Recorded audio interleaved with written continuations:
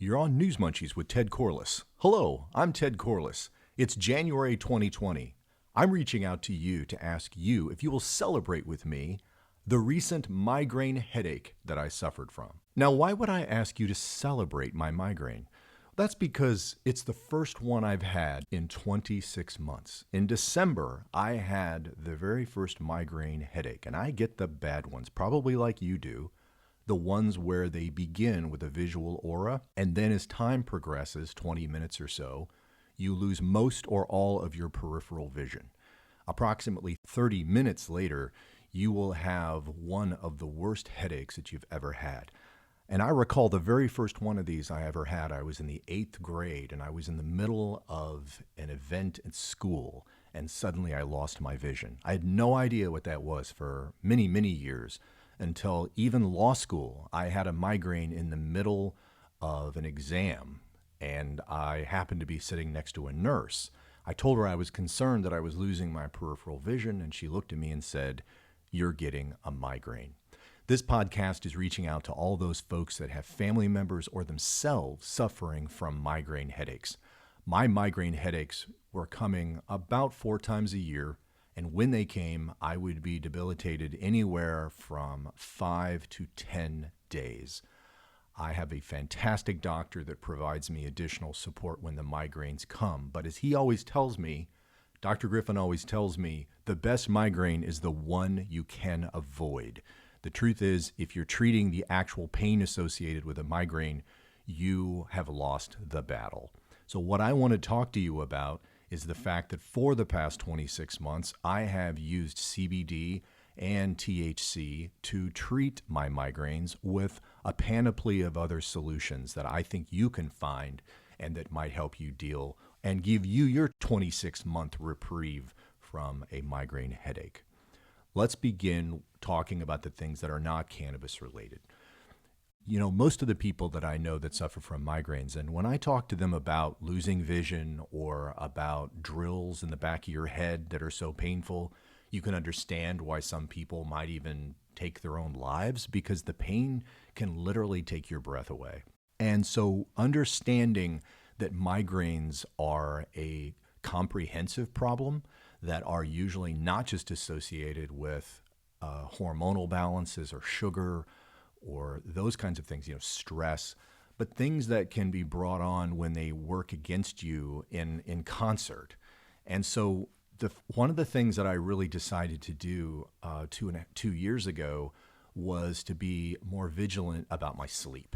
And I mean, I know that sounds really simple, but going to bed every day at the same time, getting up at the same time, and giving yourself some extra rest is one of the healthiest things that you can do to avoid migraine headaches.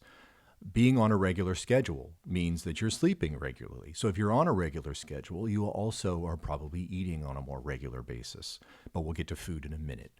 Protect your sleep and use cannabis along the way. Now, how do you do that? Well, here's what I suggest. Don't look at cannabis when you're trying to get regular sleep as a form of a sleeping pill. It doesn't really work that way. Sure, I think people will take like a vape pen, put a vape pen next to their bed, or I've talked about some of the fantastic tinctures that you can purchase now, and they use that as a sleep remedy.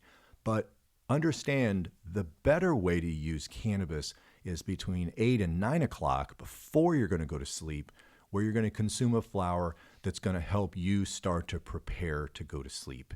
And that's going to be about an hour before your feet even hits the bed.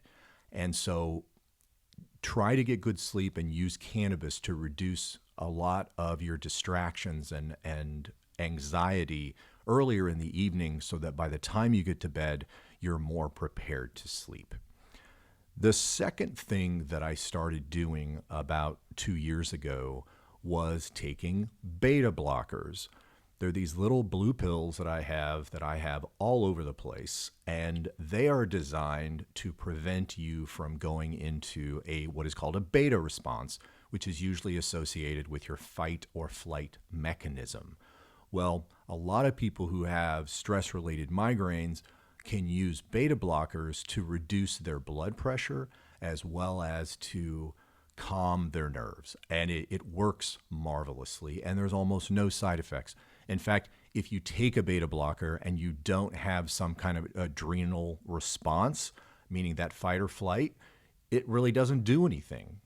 But a lot of people take these at bed or in the morning to help maintain a steady blood pressure. And I think they work fantastic. And a lot of doctors are willing to have this conversation with you about cannabis. But I think when you're talking to them about cannabis, you need to talk about things like beta blockers at the same time. And so give it a shot. The third thing that I've done that is really more about the last year, but I believe it affects my headaches, which were really the only thing that debilitates me. I'm very lucky. I don't have muscle aches. I don't have problems with my knee. I don't have any arthritis, even though I'm maybe in the age where these things are going to start showing up. But going on a ketogenic diet has changed my life. It truly has. It's changed my life. It's changed the life of my wife as well as my daughter, because we are now very much about the devil's dandruff, and that's sugar. Sugar is evil. Sugar is the biggest problem America is facing right now. Sugar has killed more people than cannabis could ever kill. Hell, I say sugar's killed more people than automobile accidents, tobacco, and glyphosates. Sugar is horrible, and it does horrible things to people with migraines, because every time I would skip breakfast, I became vulnerable to a headache about 2 o'clock in the afternoon. So you're talking to a real migraine sufferer when they can tell you, if I do this, I will have a headache at 2 o'clock. I could predict it that way. And so I started looking at what I was eating and studied up on the ketogenic diet. And it has completely changed my energy level. It has given me the ability to eat when I can find healthy options, as opposed to just eating whatever I could find. If I were, I'm a traveling attorney. I spend a lot of time on the roads and depositions. I'd be in places where I needed to get lunch, but healthy options weren't available. But I had to eat, because if I didn't eat, I would be staring down a headache within a couple of hours. And if that meant that there was a Wendy's, then you have to go to Wendy's to get dinner or lunch.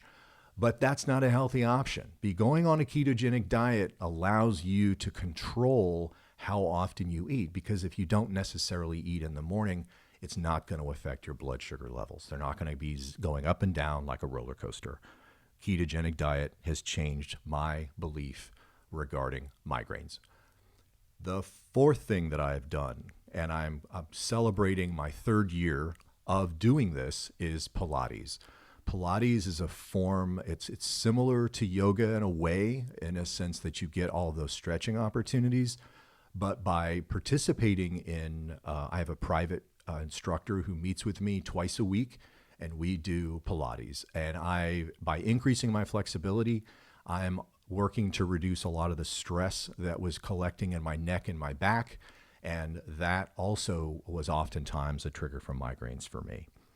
And now let's get to the real cannabis component of this. How is it that you can use CBD and THC to deal with migraines? Well, let's look at the different options, and we'll do them in reverse. You're sitting here with me right now, and you get a migraine. Can you grab a vape pen and get rid of it? Maybe. I think it's probably more likely that you're going to slow it down, or you're going to try and you use cannabis vape or cannabis flowers, whatever, edibles even, to deal with that immediate onset of pain. I can't tell you that is an especially effective way of using CBD and THC. Instead, I would recommend that you look at CBD and THC as a preventative, as opposed to something where you are taking it to eliminate pain. It just doesn't work that way. But by using THC CBD combinations, look for what is called a 1-to-1. Now, when you go into a dispensary to buy cannabinoids, you now are essentially sifting the different ones that you want: CBD, CBG, CBN. There's tons of them. In fact, there's over 100. Some of them live in nature, some of them live in laboratories. But the one thing we understand is that if you take if you take CBD without THC, you're going to have a very limited effect of the CBD. And the reason for that is CBD is awakened by the THC. There's a synergy between them that will get that CBD where it needs to go. And if you're using a flower, you should see there's a dispensary. I was at a dispensary recently. It was in Boulder. Name of the dispensary was Micah Holistics. And a really productive conversation with a guy there talking about the synergy effect between CBD and THC. And the way he explained it to me is don't forget the terpenes. Now, the terpenes are the flavor enhancers, but they also act to help deliver a lot of the alkaloids, the cannabinoids from the plant into our brain to help us deal with problems of a neurochemical nature. And that's what migraines are. Migraines are, at least mine, have been a relationship between my environment and my tryptamine levels. So people who are producing magic mushrooms, for example, that have tryptamines in them, they're taking something that's essentially similar to the medications that a lot of doctors are giving you. Now, most of the medications that doctors give you are not designed to prevent the migraines. They are more focused on the onset. And when you have a migraine, and if you're listening to this and you're a migraine sufferer, you understand that. Once the onset begins, you have limited things you can do to avert a headache that might be with you for 5, 6, 7 days. And mine had at times gone beyond 7 days, and we're even close to 10. Those were the really bad ones. And I also find that CBD and THC help me deal with the lingering hangover effect that a lot of migraines will give you. And so when you're going to integrate CBD and THC into a migraine regimen, that's the idea, is you want to find a really active cannabinoid like a CBD THC tincture. And they will usually call them a balanced tincture. That's referring to a 1-to-1. Or you can just say, I want a 1-to-1. And if 1-to-1 doesn't work for you, that's fine. Try a 5-to-1. They have 8-to-1. I was at a dispensary the other day. I think it was the Farm in Boulder. And the bud tender and I were talking about migraines. And she showed me 1-to-1, 5-to-1, 8-to-1, 20-to-1. And you can even mix and match. There's some products, there's a powdered product you can buy at a lot of dispensaries called Ripple.